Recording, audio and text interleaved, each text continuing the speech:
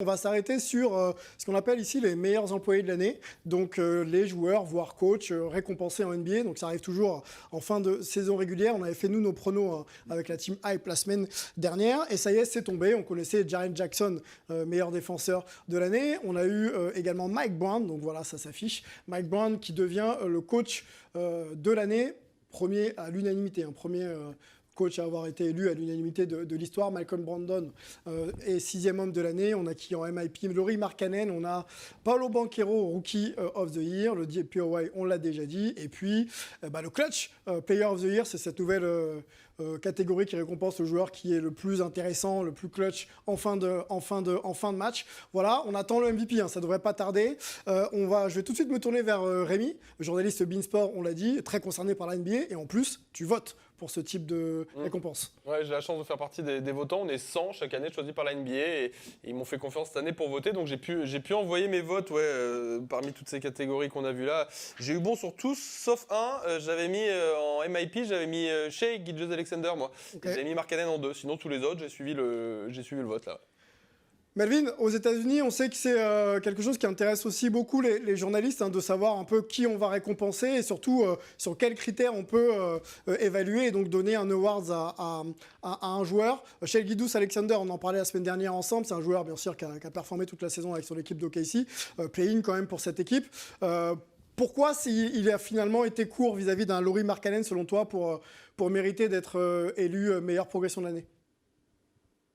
Ouais, je pense que c'est ce qu'on disait la semaine dernière ou il y a 2 semaines, c'est-à-dire que même s'il n'y a pas de critères officiels pour ce type de MIP, Shai Gilgeous-Alexander était déjà l'option numéro 1 incontournable d'OKC l'année d'avant. Alors évidemment, il a progressé, il a fait une saison exceptionnelle et il sera sûrement first team All NBA, mais Lauri Markkanen a quand même surpris son monde et personne n'attendait à ce niveau-là. Donc moi, je trouve ça au final assez logique que ce soit le Finlandais qui gagne ce trophée devant Shai Gilgeous-Alexander.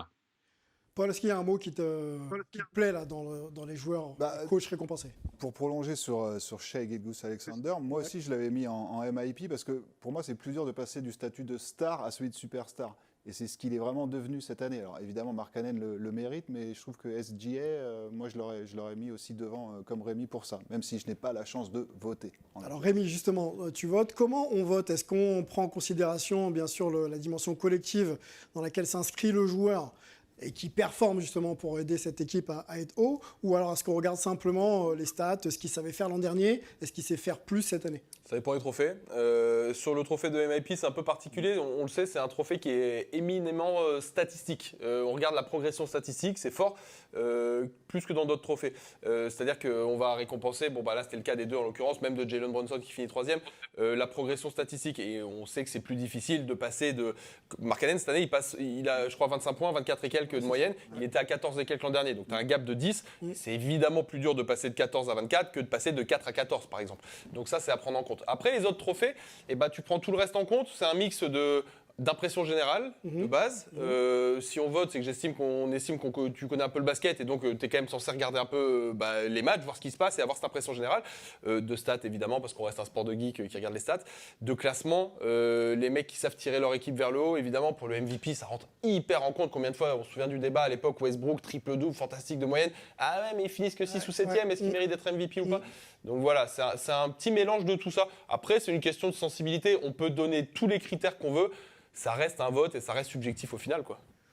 MVP, la catégorie qui n'est pas encore récompensée, la catégorie reine, ça devrait se jouer entre Giannis Antetokounmpo, Joel Embiid ou Nikola Jokic, double MVP en titre. Est-ce que la NBA pourrait récompenser, ou les journalistes plutôt, pourraient récompenser 3 fois Nikola Jokic qui fait une saison quand même digne d'un MVP également?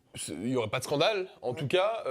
Moi, je vous le dis, parce que je l'ai déjà dit par ailleurs, j'ai voté Joel Embiid en 1, devant Nikola Jokic, devant Giannis Antetokounmpo. J'ai quand même l'impression de ce que je vois comme retour à droite à gauche des gens qui déclarent aussi leur vote, que ça va être pas un raz-de-marée, mais un vote assez large pour Joel Embiid. Ok. J'ai l'impression qu'on se dirige vers ça, Ok. que l'immense majorité, tu sais, de toute façon, il n'y a pas de vérité là-dedans, les 3 joueurs, ils sont fantastiques. Le quasi triple-double de Jokic, Giannis qui est premier de la ligue, bon, bah, on ne prend pas en compte les playoffs évidemment, hein, c'est un trophée de saison régulière.